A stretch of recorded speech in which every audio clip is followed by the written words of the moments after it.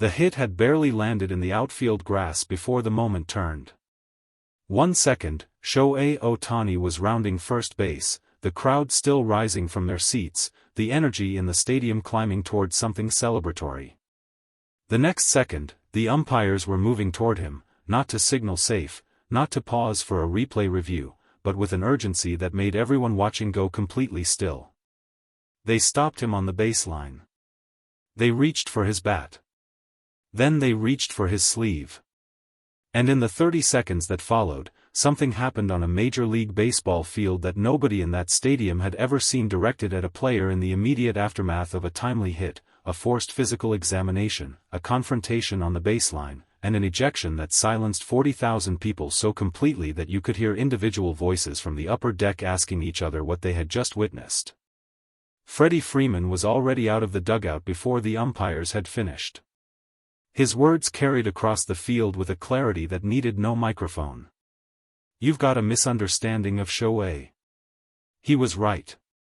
And within weeks, Major League Baseball would confirm it, handing the umpire responsible a 1-month suspension for an incorrect call that had already traveled around the world. This is the story of what happened. Why it happened. And what it revealed about the moment baseball finds itself in right now. Context matters here, because what Ohtani did before the umpires intervened is inseparable from what the intervention meant.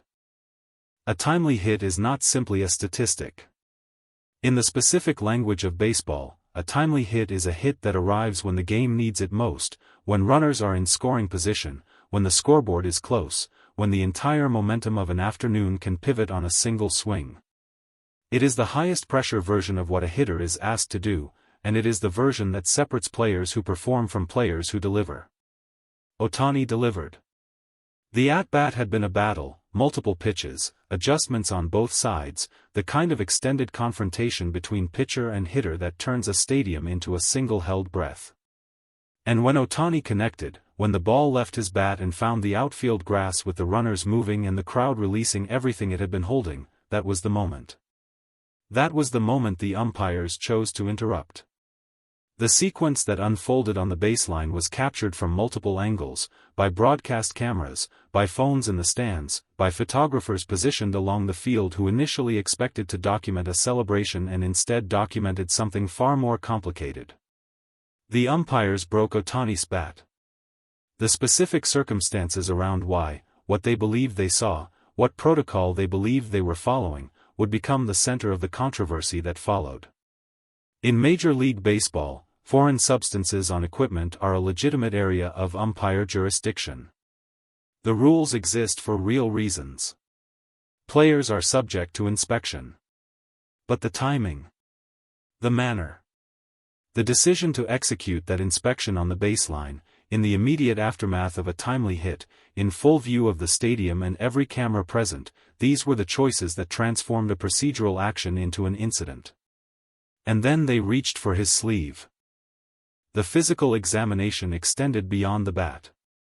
Umpires checked Ohtani's arm, his hand, the areas where a pitcher, because Ohtani's dual identity never fully disappears, even when he is standing at first base as a hitter, might conceal something that affects ball movement. Ohtani complied. This is important to note, because it speaks directly to who he is and how he operates under pressure.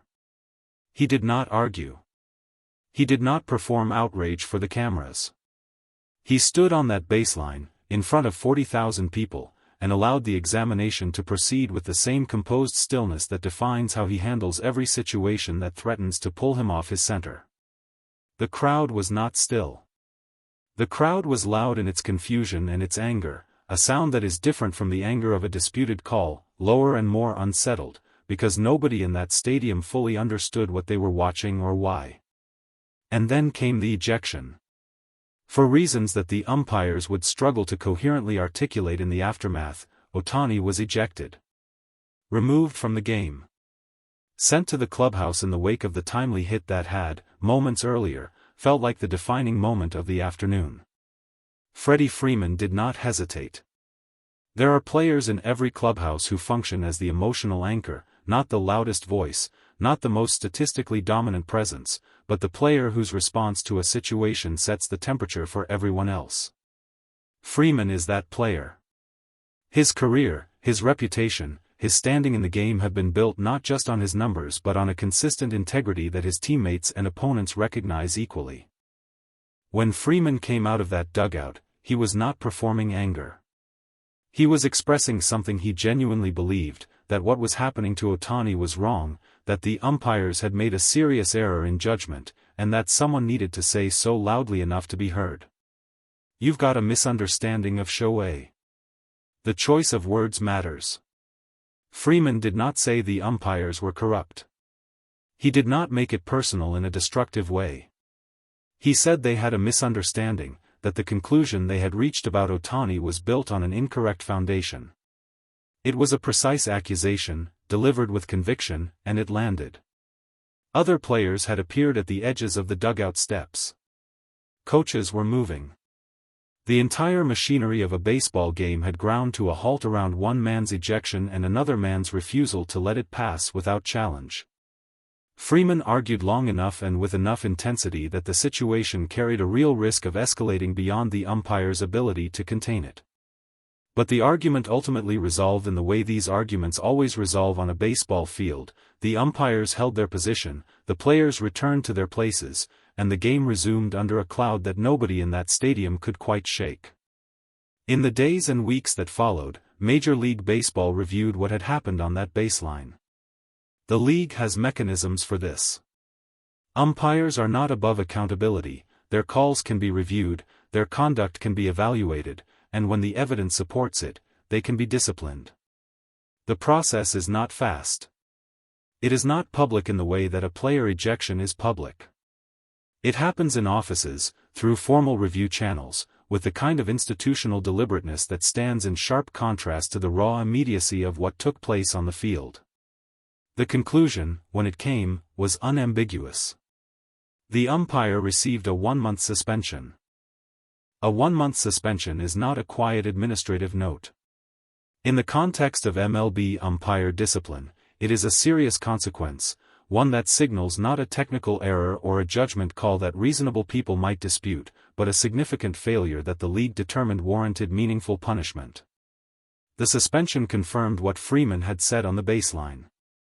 It confirmed what the players and coaches who watched the examination unfold had felt in real time. It confirmed what 40,000 people in that stadium and millions watching at home had intuited before anyone had the information to prove it. There had been a misunderstanding of Shohei. And the institution of baseball had said so officially. The immediate cost was visible. A timely hit that should have been a moment of pure celebration became instead the setup for an incident. The game's momentum, which had been building towards something significant, was interrupted and never fully recovered its shape. The dugout carried a tension through the remaining innings that the final score would not entirely reflect. But the more important cost was harder to quantify. Because Ohtani on a baseball field is not simply a player contributing to a game. He is the reason a significant portion of the people in that stadium are there. He is the reason the broadcast numbers look the way they do. He is the reason international media has a presence at games that would otherwise not generate that level of global attention. Ejecting Ohtani from a game, wrongly, as the subsequent suspension confirmed, is not equivalent to ejecting any other player. Not because the rules should apply differently to him. They shouldn't. But because the error's consequences scale with his significance to the moment, and his significance is enormous. The images that circulated after the ejection, Ohtani on the baseline, compliant and still while umpires examined his bat and his sleeve, traveled to countries where baseball is barely played. The reaction they generated was not confusion about the rules. It was a clear and immediate recognition that something unfair had occurred to someone who did not deserve it. Freeman understood this before the suspension confirmed it. His words on that baseline were not just the defense of a teammate. They were the correct reading of a situation that the umpires had mishandled and that the league, to its credit, ultimately acknowledged. After the ejection. After the suspension announcement. After the entire story had completed its journey from a single moment on a baseline to an official disciplinary outcome, Ohtani said nothing publicly about any of it. This is consistent. This is who he is. He processes privately. He prepares. He returns to the next game with the same systems, the same routines, the same quiet focus that no controversy has ever successfully disrupted. The umpire's suspension is now part of the record. The ejection is now part of the record. The timely hit, the one that started everything, the one that arrived exactly when it was needed and was immediately overshadowed by what followed, that is part of the record too. And Ohtani continues. Through the noise, through the errors of others, through the moments that would unsettle a lesser competitor.